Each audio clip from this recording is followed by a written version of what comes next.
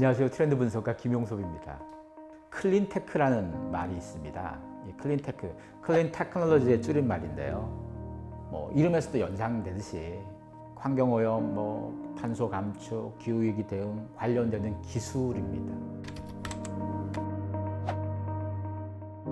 재생가능 에너지를 위한 에너지도 연구해야 되고, 전기차도 마찬가지고요. 전력을 줄이는 기술부터 수많은 기술을 연구합니다.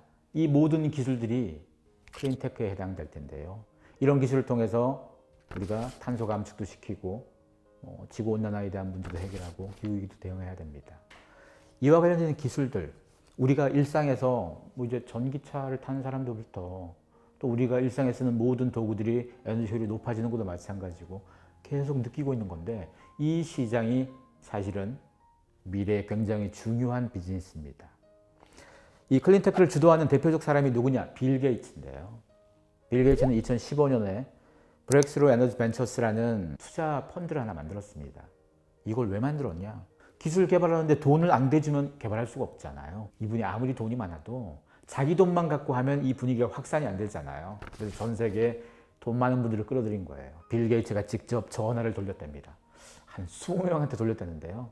이분이 전화 돌리고 받은 사람 중에 여기에 투자한 사람, 아마존의 잭 베조스부터 블룸버그의 마이클 블룸버그도 있고, 알리바바의 마윈 회장도 있고, 사우디의 왕자도 있고, 돈 많다 싶은 분들한테 다 한 거예요. 20분 통화를 딱 끊고 나서 10억 달러쯤 모였대. 1조가 모였답니다. 돈 있는 사람들이니까 이분의 한마디만 듣고 그래 500억, 1000억 막 대준 거죠. 그리고 그 다음부터는 전화 안 돌렸는데 돈이 자꾸 쌓여가지고 20억 달러 가지고 이 펀드를 시작한 건데요. 저 돈은 다 이 기후위기와 탄소 감축 관련된 쪽에만 투자를 하는 그런 펀드입니다. 저 돈 앞으로도 계속 늘어나고 있어요. 이게 지구의 명분만 필요한 게 아닙니다. 이 기술이 성공했을 때 얻을 수 있는 실리라는 게 어마어마할 수 있거든요. 아마 나이가 좀 있는 사람들은 빌 게이츠 하면 마이크로소프트, 소프트웨어 개발 이런 것만 떠올리겠지만, 아마 자라나는 아이들은 빌 게이츠를 환경운동가라고 떠올릴 건데요. 지금 러시아의 전쟁 일어난 다음에 전 세계적으로 경제 상황이 좀 안 좋잖아요. 원래 경제가 안 좋으면 투자도 위축돼요. 최근에 한국의 스타트업 업계가 난리가 아닙니다. 작년까지는 돈이 막 흘러 들어갔어요. 그러다 보니까 규모의 경제를 키운다고 회사들이 당장 큰 돈 못 벌어도 돈을 계속 쏟아부어가면서 키워놨어요. 근데 올해부터 자금이 확 줄어들었어요. 그래서 작년까지는 되게 유망한 회사다 하는 회사 중에서 이미 올해 이러다가 망하겠는데 자꾸 나가고 있어요, 신호가. 당장 돈 벌 거 이런 회사들은 그나마 좀 쥐고 있는데, 그래서 한참 걸릴 거 이런 거에 대한 투자를 조금 더 소홀하게 하지 않겠습니까? 그래서 걱정하는 거예요, 빌 게이츠가. 클린테크는 사실 지금 당장이 아니고 굉장히 먼 미래를 봐야 되는 거고, 어떤 거는 실현 가능성이 굉장히 낮은 기술도 있어요. 하지만 해봐야 하는 거니까. 돈은 쏟아서 연구해봐야 알아요. 해봤더니 안 돼. 이럴 수도 있어도 해봐야 되는 건 많습니다. 그래서 빌 게이츠의 펀드는 그런 쪽에 투자를 좀 많이 하고 있는데요. 그리고 빌 게이츠가 이런 얘기도 있어요. 지금 시대에 똑똑한 사람들이 금융 쪽에서 돈 벌겠다고, AI 이런 쪽에서 돈 벌겠다. 그 똑똑한 사람들이 클린테크에 좀 와줬으면 좋겠다. 돈도 벌고 미래도 바꿀 수 있는 가장 중요한 기회라고 얘기를 한 건데요. 사실 빌 게이츠가 만든 저 브렉스루 에너지 벤처스, 저기에서 지금 70개 정도의 스타트업에 투자를 한 건데요.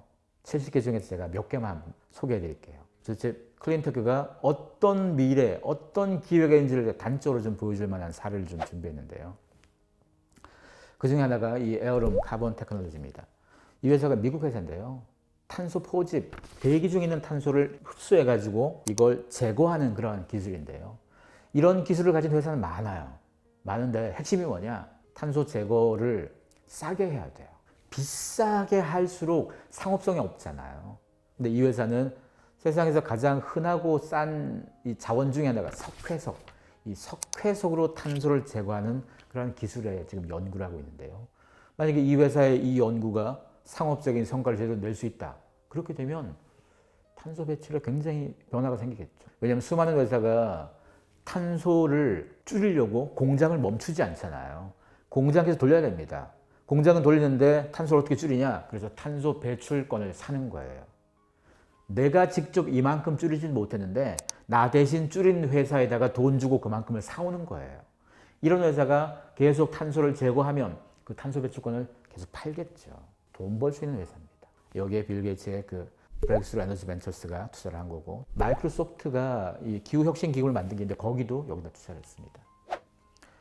그리고 또 최근에 미국의 블루 프론티어라는 회사가 있는데요. 여기에도 투자를 한 건데, 이 회사가 뭐 하는 회사냐? 에어컨에 대한 기술을 만드는 회사예요.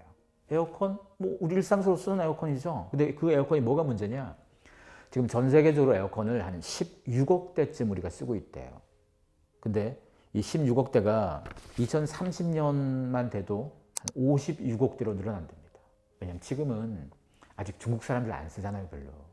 주요 경제 선진국 사람들만 많이 썼어요. 사실 돈 없는 나라에선 뭐 이런 거 쓰기 쉽지 않았죠. 사실 유럽도 영국, 프랑스 같은 데 에어컨 없는 집 많아요. 그건 돈의 문제가 아니고 그만큼 안 더웠었거든요. 근데 지금 점점 더워지고 거기다가 경제력도 점점 저하에 넓어지면서 유럽도 에어컨 사죠. 중국도 에어컨 사죠. 아프리카도 에어컨 사죠. 이렇게 되면 56억 대, 뭐 2030년 금방이잖아요.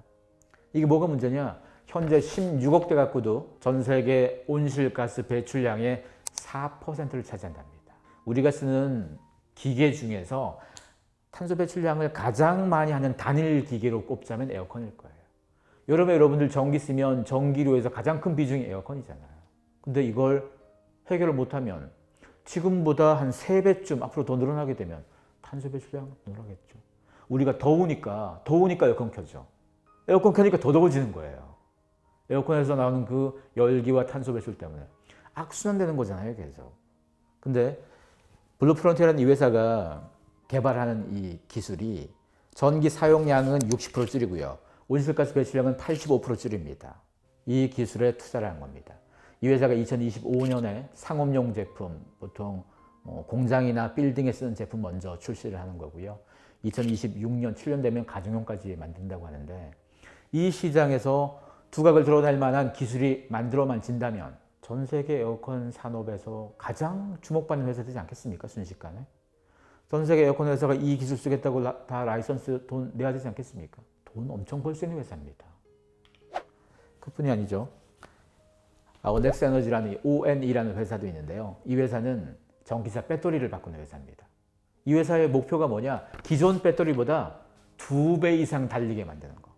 그래서 지금 이 회사가 BMW와 함께 한 번 충전해서 1000km 가는 거 계속 지금 테스트하고 있거든요.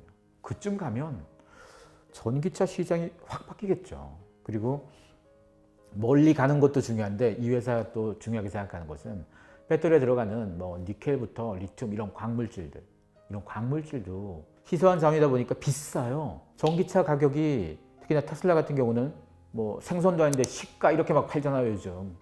왜 그렇게 됐냐? 거기 들어가는 광물질 가격이 러시아 전쟁 이후로 계속 급등해서 그래요. 그래서 이 회사의 목표 중에 하나가 그런 광물질을 안 쓰거나 최소한으로 써서 만드는 거예요, 또. 만약에 이 회사의 목표대로만 달성된다면 전 세계 자동차 회사들은 훨씬 싼 값의 전기차, 그리고 훨씬 멀리 가는 전기차 배터리를 확보할 수 있겠죠. 굉장히 크게 바뀌겠죠. 여기에도 BMW도 투자하고 빌 게이츠가 있는 저 브렉스루 에너지 벤처스 투자를 했습니다. 결국 누가 미래를 만들어 가겠습니까? 미래는 그냥 멍하니 쳐다보면서 막 열심히 빈다고 바뀌는 게 아닙니다. 기술을 직접 만드는 사람.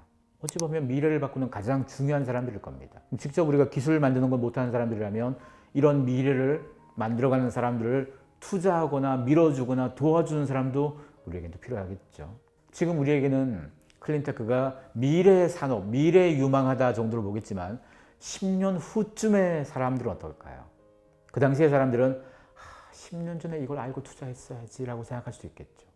시간은 그냥 멈춰있지 않죠. 계속 지나가면서 새로운 성과, 새로운 미래 앞당길 겁니다. 앞으로 클린테크 계속 주목할 필요가 있습니다.